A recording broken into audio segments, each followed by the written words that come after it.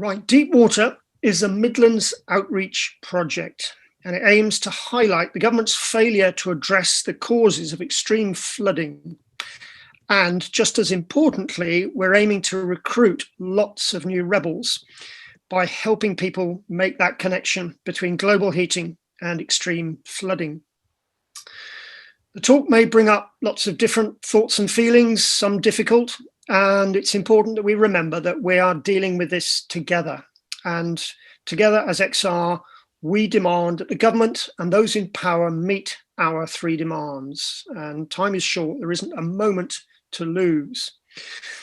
After the PowerPoint talk, we're going to go into breakout rooms to discuss flood-related actions in different parts of the Midlands.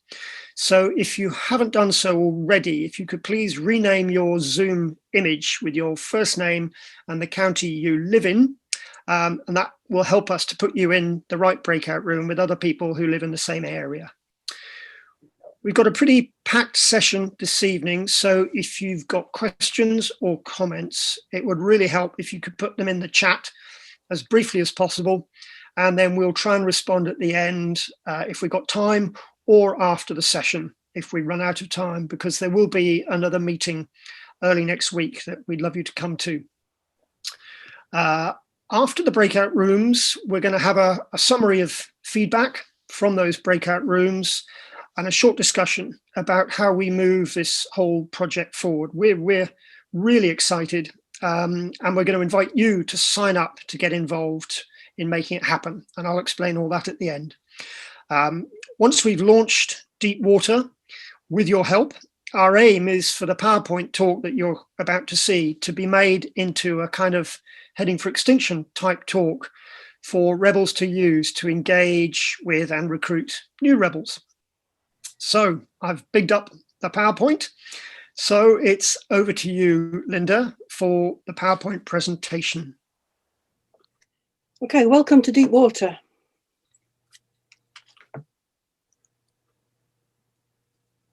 In this introductory talk, we're going to concentrate on human impacts of flooding, and in particular in the Midlands.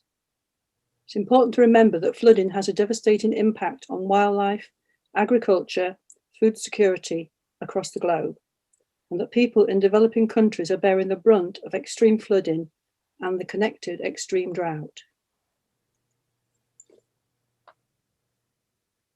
Flooding can result from sea level rise and storm surges, reservoir collapse, river flooding, and flash flooding.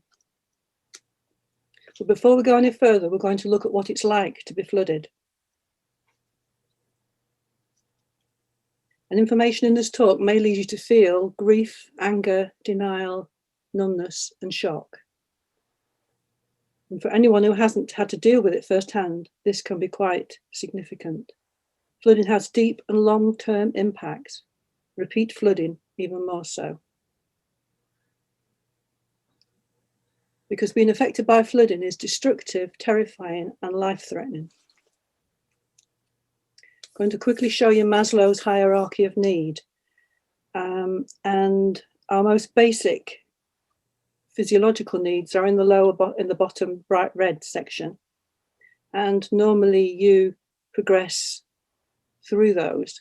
But if your physiological needs, air, water, food, shelter, sleeping, clothes, etc., are not met, you cannot meet any need above that. So you can't progress to safety or love and belonging unless your physiological needs are met. And flooding affects us, particularly at that bottom level, especially as it can go on for many months or many years as an impact. This is nothing like a heat wave that passes in a couple of weeks. This is something that can have lifelong effects. The immediate impact of flooding could be drowning. That's underestimating the depth of the water, driving into water, being swept away by the water. Injuries from collapsed, unstable buildings and roads, debris in the water. Electrical injuries from damaged live power cables and infrastructure. Explosions from fractured pipes and storage tanks. Propane spreads flames. Hypothermia and failed infrastructure roads, bridges, rail, power, gas and clean water. Medium-term impacts of flooding could be water contamination, that's sewage, chemical overspills from factories and farm effluents, carbon monoxide poisoning from unventilated generators. 2 men died pumping out an unventilated cellar, a father and a son, in recent floods. House fires caused by candles, communicable diseases spread in emergency shelters, disease from contaminated water, vector-borne diseases from stagnant water, respiratory diseases from mold in houses, and animal displacement such as rats. Longer-term impacts can be disability from injuries, not getting treatment or infections, mental health problems, social disruptions such as crime and looting, disruption of infrastructure, travel, access to amenities, work and school, poverty, house values down and houses uninsurable, loss of cherished items, pets and livestock, the cost and time it takes to repair homes, and loss of community. And don't forget that this would likely happen again. Add to that a 4-fold increase in psychological distress and the suicide rate 13.8% higher than pre-disaster rates. Imagine knowing that where you live is likely to flood again. This has probably been uncomfortable listening, and I'm going to now pass you to Kim, who is going to talk quickly about the kind of psychological and support and help that we offer to people in XR. Thank you, Linda. As XR rebels, we are the frontline workers of the climate crisis. We face the truths and raise ourselves up to act. We know our journey ahead is long and tumultuous. We know that as we face the challenges, we will encounter a roller coaster of emotions. Many of these we may manage on our own. Some we'll share with family or friends. Other emotions will be beyond self-care or casual sharing. As we face the multiple issues of the climate crisis, we never know what particular moment, image, piece of information, or event will trigger a tsunami of emotion. But in the ever-changing landscape of rebellion, there is a constant, and that constant is, as an XR rebel, you are not alone. XR is a caring community, and rebel welfare is embedded in our rebellion culture. It is who and what we are. So when that towering wave of emotion envelops you and you need support, reach out. Rebel to Rebel is an active listening safe place to talk on the phone about and express anything that's important to you. Climate Psychology Alliance are volunteers with a psychology background, often specializing in grief and trauma counseling, and a desire to give professional support to those facing climate crisis. Contact details for both are in the notes that will be forthcoming. Yes, the journey is long, the path often hard going, but you are not alone. Reach out. Someone will be there for you.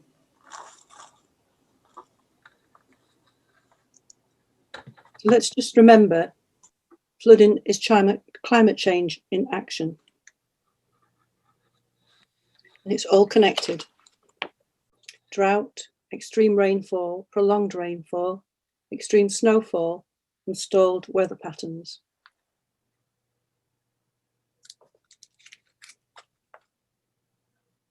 A warmed atmosphere can hold 7% more moisture per degree centigrade rise. Rising temperature intensifies the water cycle and increases evaporation, resulting in more storms.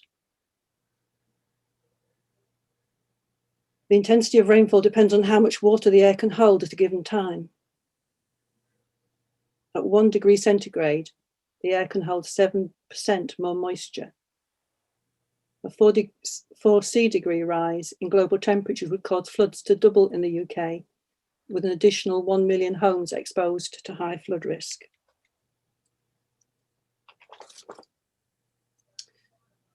On one day, the 14th of November 2019, this episode of extreme rain closed roads, railways, schools, caused mudslides, inundated homes, caused rivers to burst their banks, destroyed valuable farmland, and cost one woman her life. The total cost of this UK winter weather to the insurance and reinsurance sector is estimated to be around £775 million, or just over $1 billion US.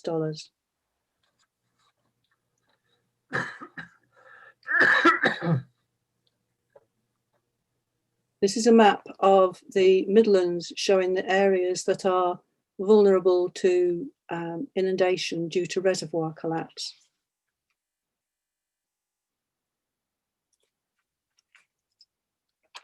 And this is another map showing the areas of the Midlands that are vulnerable to inundation by flood due to sea and river related floods. There's also flash flooding. There is often very little time between rain falling and flash flooding. It commonly happens when rivers are narrow and have steep banks. The water flows faster and develops the power to break banks, particularly where there are bends or obstructions. Dredging is not the answer. Compacted soil in rural areas and hard surface, such as roads and concrete in urban areas, don't allow water to drain into the ground. This leads to the overwhelming of local drainage systems and flash flooding. We already have weather warnings about the winter to come from the Met Office, saying that they're warning us already of particularly wet January and February. So what's causing this extreme weather?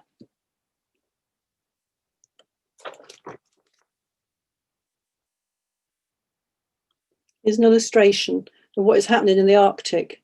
Normally, snow and ice reflects the sun's radiation back into space, but according to NASA, the Greenland ice sheet is rapidly melting and has lost 3.8 trillion tons of ice between 1992 and 2018.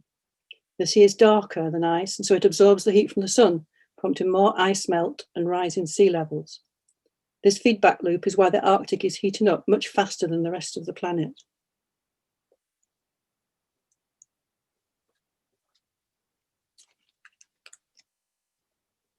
This warming narrows the temperature between the Arctic and lower latitudes.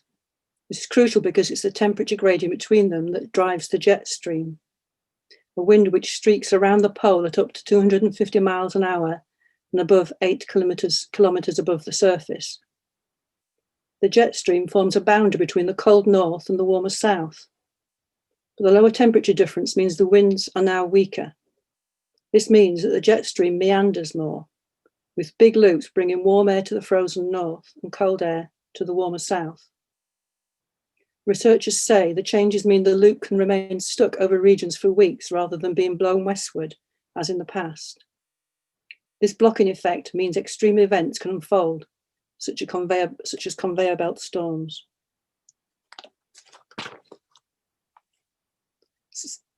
Sea level rise is driven by ice melts and expansion of the seawater as the temperatures increase.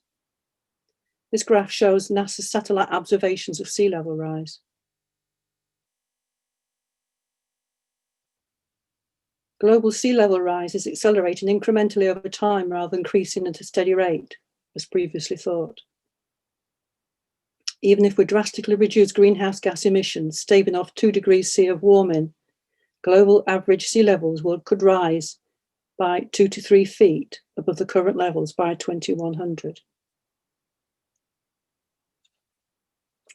Storm surges. Higher sea levels give storm surges a higher starting point, increasing their size and their reach when they make landfall. Here is an image that shows how high tides and storm surges magnify the risk of sea level rise. Coastal communities, infrastructure and landscape already face threats from flooding and coastal erosion. Development on the coast has not always taken long-term sustainability into account. Natural environments that are resilient to change have been altered by the construction of hard coastal defences. Many coastal communities are particularly vulnerable because populations in coastal areas are often poorer and older than in the UK average. The UK is the most vulnerable European country to sea level rise. 10 to 15% of our coastline is comprised of 10-kilometre long stretches that are below 5 metres elevation, and 16% is subject to erosion. The study also calculated that 69% of GDP is located within 50 kilometres of the coast, and that 78% of the country's population live within this zone. At present, 414,000 people are exposed to sea level rise in the UK.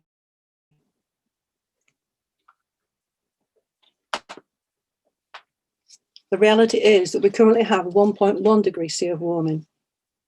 Our record temperatures and record floods are not anomalies. They are beginning of a new norm.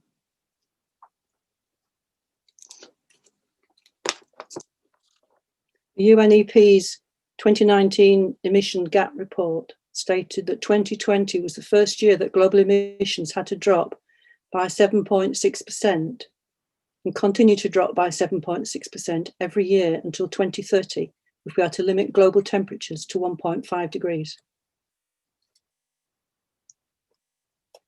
And here is a chart which shows our likely degrees of warming against various scenarios.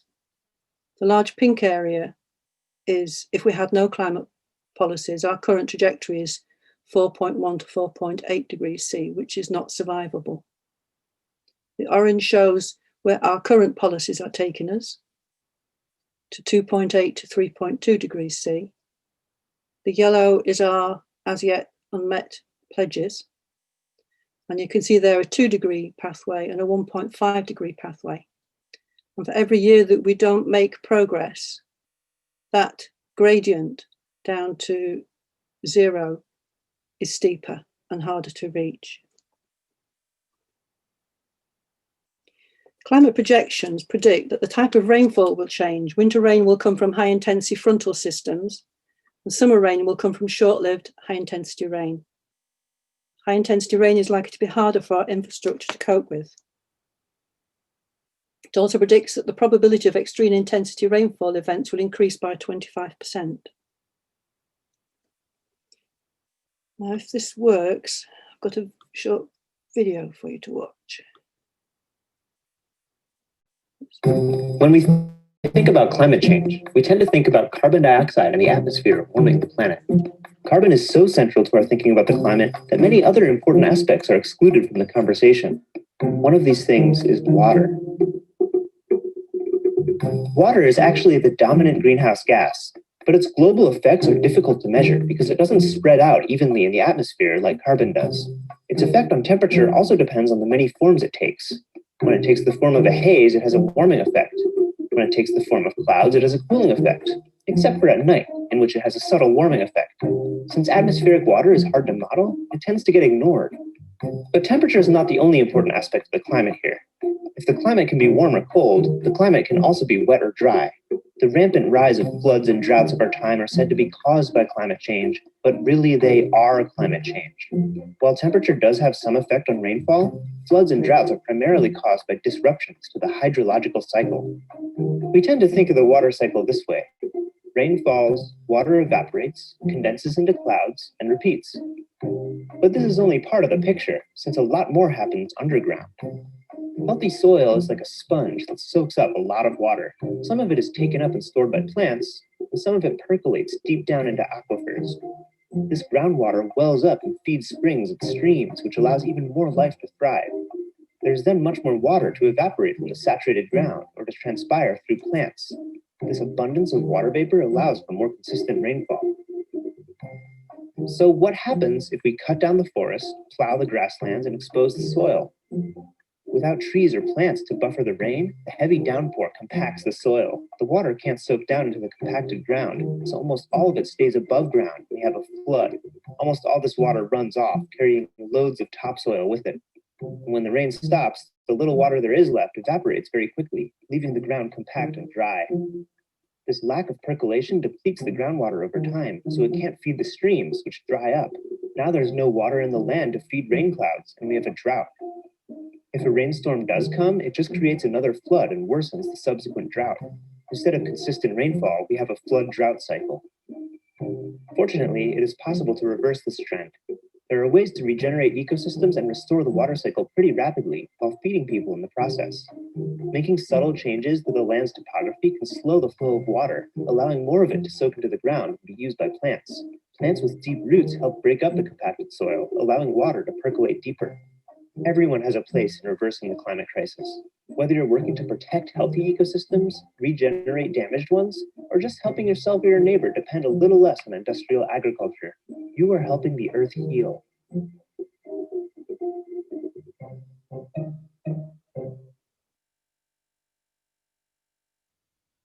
When we think about climate change, Okay, we're starting to move on now to planning our breakout rooms.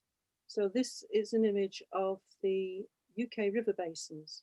The river basins don't respect our county boundaries. Each of these river basins is divided into like north, mid and south. But one of the things that we might consider is actually working with groups and the public along river basins, because that will be a massive connection and things that people will understand on a deeper level. But that's entirely up to you. So here we have an example of a recent excellent flood action taken by one of our group. And as we plan our actions, we need to retain our focus on our three demands. There are many local flood action groups along the Midlands, and demands for responses to prevent flooding can be controversial and simply shift the water along to the next community. Equally, large private projects may be thinly veiled investment opportunities. We need to demand action to turn the water off, and this needs rebels. So this talk will be turned into a heading for extinction type talk that you can use to raise awareness and swell numbers. And the question you need to ask people is, you open your front door and discover a flood in your living room. The ceiling is about to collapse. What do you do first? Get a mop and bucket to clean up the flood, or do you turn off the water?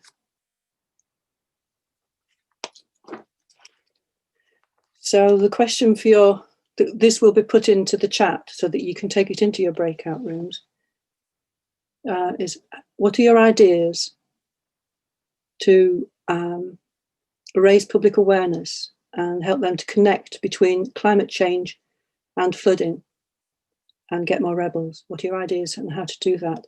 Some pointers might be that we have the CE bill, we've got COP26, we've got super elections, and at least one rebellion, and probably many smaller actions.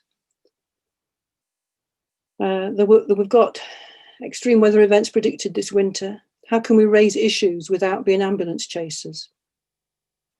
And how can we avoid being drawn into local projects and focus on making climate change the issue? So, as you've seen, our vision is to use the reality of increasingly frequent and extreme flooding to motivate more people to demand action on global heating. We've chosen to focus on extreme flooding because its links with the climate crisis through changing rainfall patterns, rising sea levels and increased storminess are simpler and more direct when compared with other elements of climate change.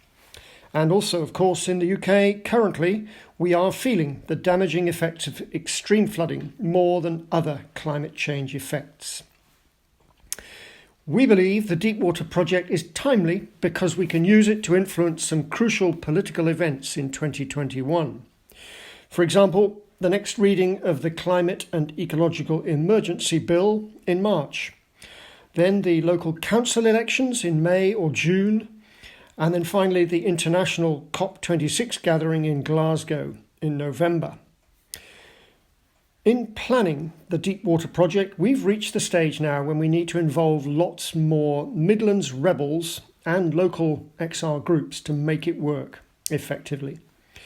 So we are appealing to you and your local group to get involved now, please, and contribute to planning and coordinating flooding-related actions across the Midlands.